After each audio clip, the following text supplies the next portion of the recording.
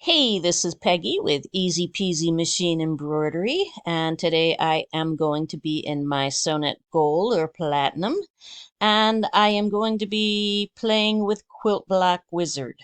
I want to thank everyone for the positive comments that they've left and for the people who have suggested new videos because I'm always looking for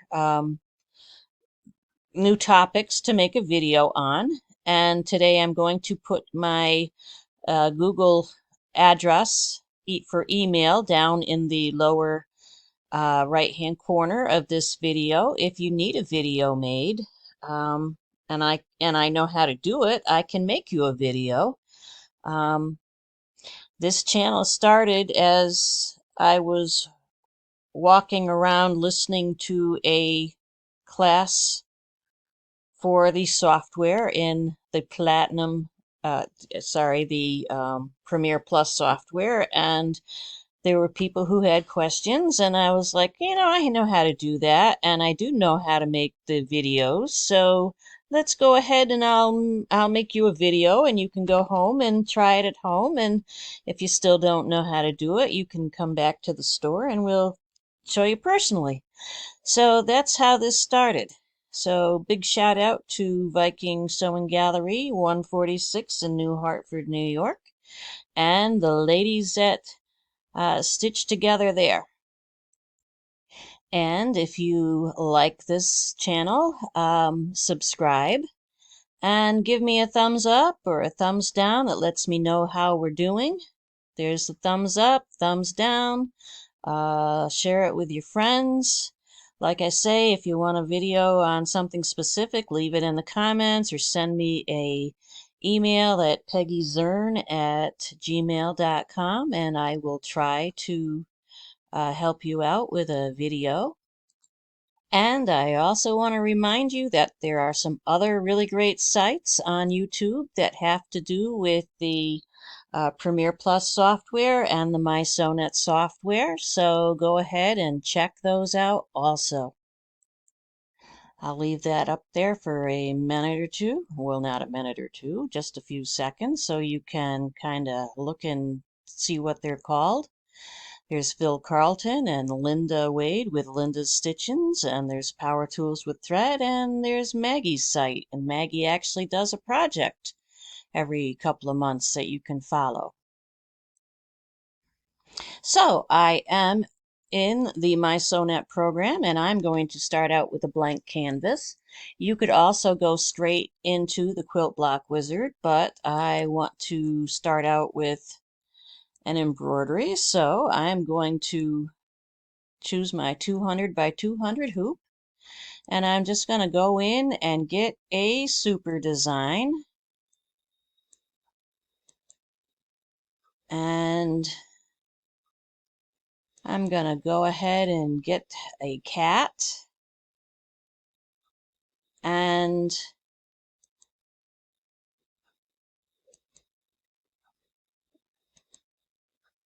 I want to make you aware that you can also get that cat in a line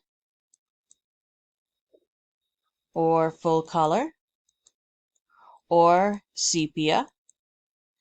So right now I'm just going to get it in a line, and I've got a 200 by 200 hoop, so I'm gonna go ahead and just use the 68 millimeter. Notice how as you scroll over the size, it actually gives you the size in inches also. And I'm going to hit apply. And I must have hit apply twice, so I'm going to delete one of them. And I'm going to do a Control C for copy and put that in my clipboard. And I am going to go to the Create tab and into Quilt Block. So I'm going to use an inner embroidery.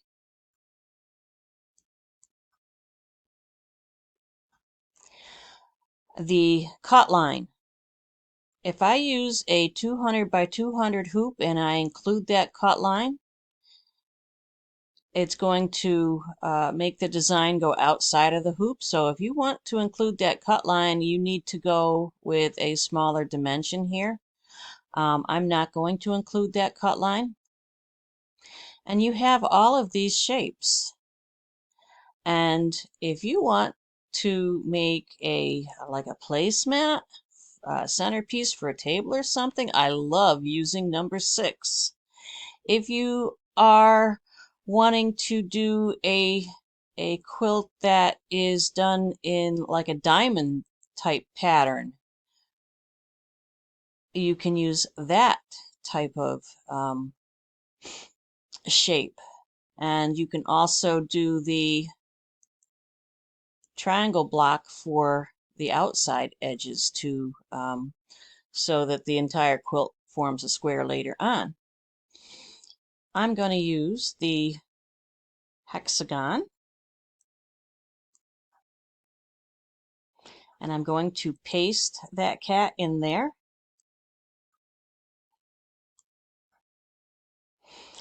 Your margin is the margin between your design and where the quilting is going to start. And as I go down, the quilting is going to get closer to your design. I'm going to leave this at 2. If I go closer, it's going to affect those whiskers. That's why I'm going to stop at 2. You could also, if you had, say, the triangle, you could change the angle of that. You could mirror horizontally or vertically. And here's where the fun begins. So every time you see options, get in there and play. So you have the options of the gaps. So if you were to turn your gap up to, say, a 8, it's going to put a larger gap in there. Control and Z. Whoops, not going to work on this. So we're going to go back to what it looked like at a 5.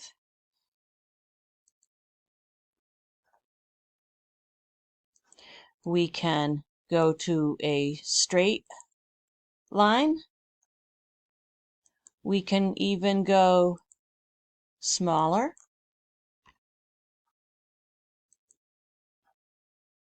It all depends on how much quilting you want on your square. You can also determine, do you want a running stitch or a triple stitch? You can also set your stitch length. If you don't want a 1.5 and you want a 2.0, you can change that.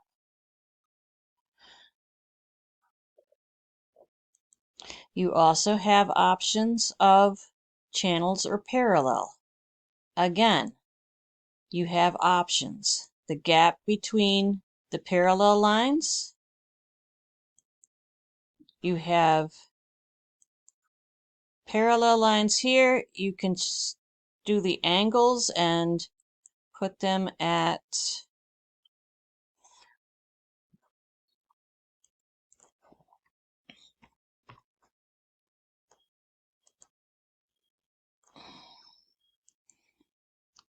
crossways. You can do diagonals. And there are your options, your stitch length, your stitch types.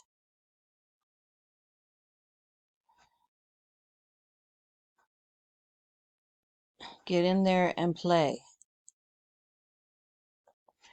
Your diamond squares and crosshatches. I've seen some really cool stuff done with the different angles in the crosshatches. But again, get in there and play. You have double stitches, you have zigzag, you have triple stitches, stitch length, your zigzag widths. And again, you have to select the zigzag for the zigzag stitch to work. You have squares, you have diamonds, you have the parallels. Now you go down to the motifs. And you can use two different motifs. So I'm going to use a circle, and I'm going to leave one of those at 8. Actually, you know what? I'm going to tune that up to, and I'm going to leave that proportional, and I am going to do a size 15 for that one, and I'm going to do a second motif, so it has to be checked. You have to check that check mark there, and I'm going to do that one to be a 20 and see what we have. And you can use any of those motifs, and they get real fun to play with. And remember, you have different groups. You have the Husqvarna Viking, you have Universal, you have the FAF.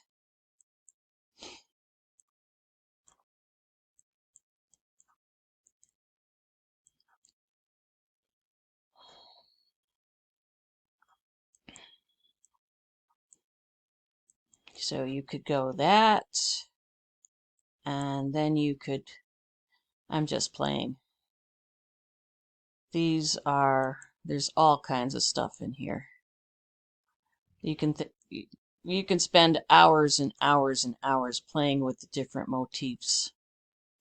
Then you have the echoes. Going back to motifs, make sure that you play with the reverse and the mirrors and the heights and the widths of those babies. You can also play with the spacing. You can also play with the options here so that you have some angles. Your echo. There's your echo. And I just want to show you something here with the echo. Again, we're going to go into the options. I don't like all these little, they're not really symmetrical, I guess I want to say. So I can go down a little bit and look at it. What does it look like? And I go down a little bit. And what does it look like? If I get something that I actually like, I can actually go finish. And I can go into modify and make sure your selections, your item is boxed in. I can go into modify. Now it says I have multiple items selected. That's because there's the cat and the quilt block.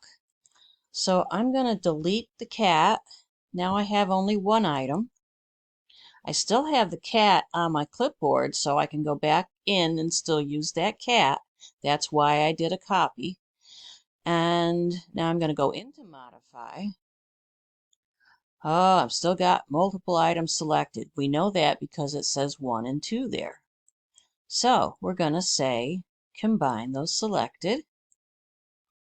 Now that they're combined, I can now see that there's only one item there. So we're going to go to modify. And I am going to zoom in. And I'm going to say box select or point select, depending on how close I want to get. And I'm going to right click, and I'm going to get rid of that little piece. And I'm going to go back in, and I'm going to zoom. And there's another piece that I don't want. And I'm going to hit delete. And you can do that when you see things that you don't like. Point select. Whoops.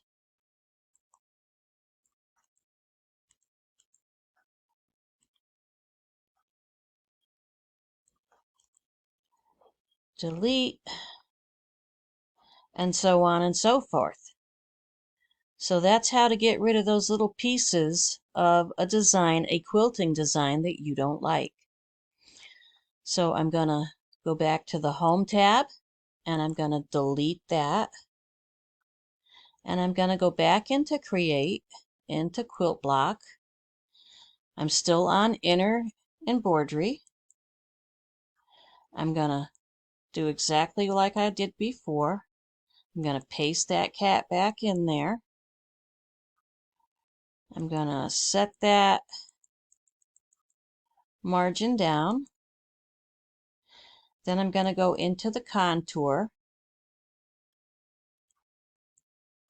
That's what that looks like. You can set that gap up to 5.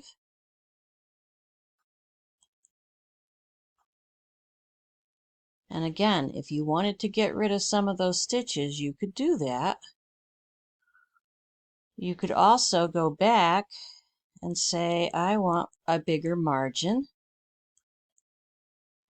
and try it that way. There's all kinds of ways to play in here. And then you also have shapes. And you have options.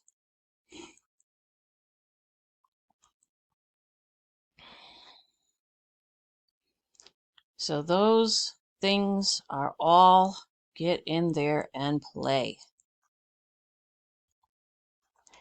Now I'm going to go into Quilt Block Wizard, and I'm going to say we're going to do an outline the quilt block and a filled inner shape. So now what I'm going to do, I'm going to use that same hexagon. You could use whatever you want. And I have an inner shape. And again, it can be any inner shape. And I'm going to try this I'm going to try the same shape because that looks a little weird.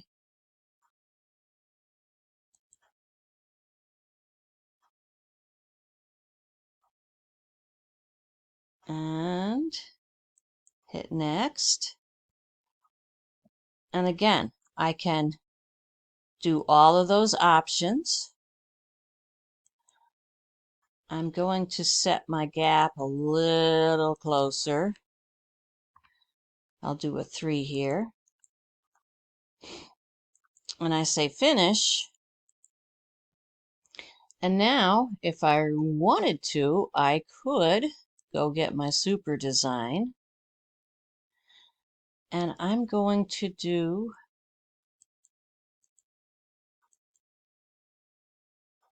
let's do flowers and leaves, and let's do a rose, and let's do a size, let's see what a size 30 looks like. Okay, I think that will work. And now I'm going to go into Encore.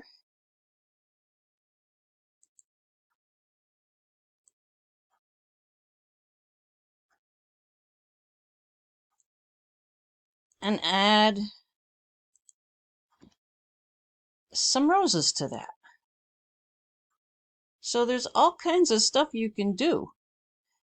And I could go, if I wanted to, I could go and grab another super design and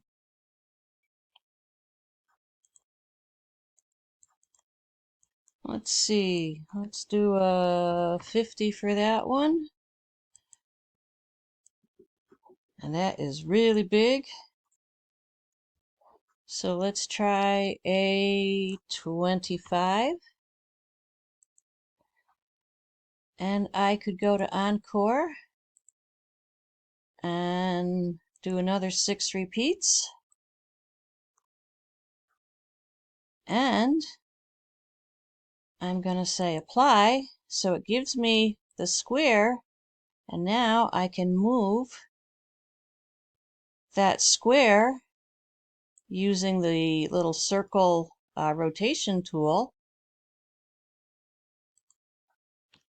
And now I have a new design. Okay, so that is the filled inner shape. And now I'm going to go back into Create and into Quilt Block and do the next one. So now we have a filled quilt block, but the inner shape is going to be blank. So again, I'm going to use the same shape, and I'm going to use a circle this time. And I can set the size of that circle by grabbing the corner.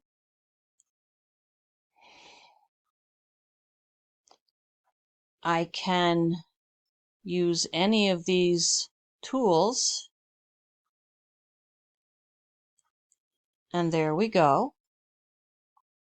And again, I can use any design I want. I can import a design, or I can use a super design and plop it there in the center. Let's try a 100. Whoops. See what I did there? I only added 1 0. So there that is. And I could also resize that just a little bit. So there we have another style of quilt block. And I could do a hexagon placemat with this. And again, I am going to select all and delete it. And I'm going to go into Create, back into Quilt Block. This one is pretty self-explanatory. That is just a totally filled quilt block.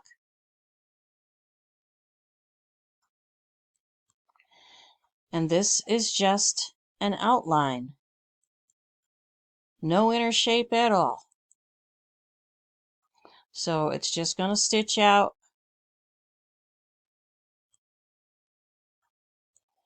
that hexagon. And I have used this as a template. So I've gone back and done a print. And 100%. And that is a template for a quilt block. So if I wanted to just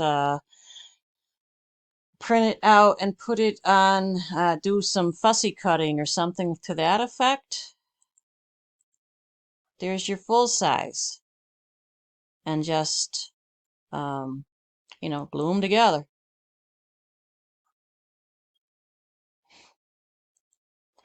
And just print those 2 pages. So that is your basic quilt block wizard. I hope you have enjoyed this video, and like I say, give me a thumbs up, thumbs down, leave a comment, and catch you later. Bye.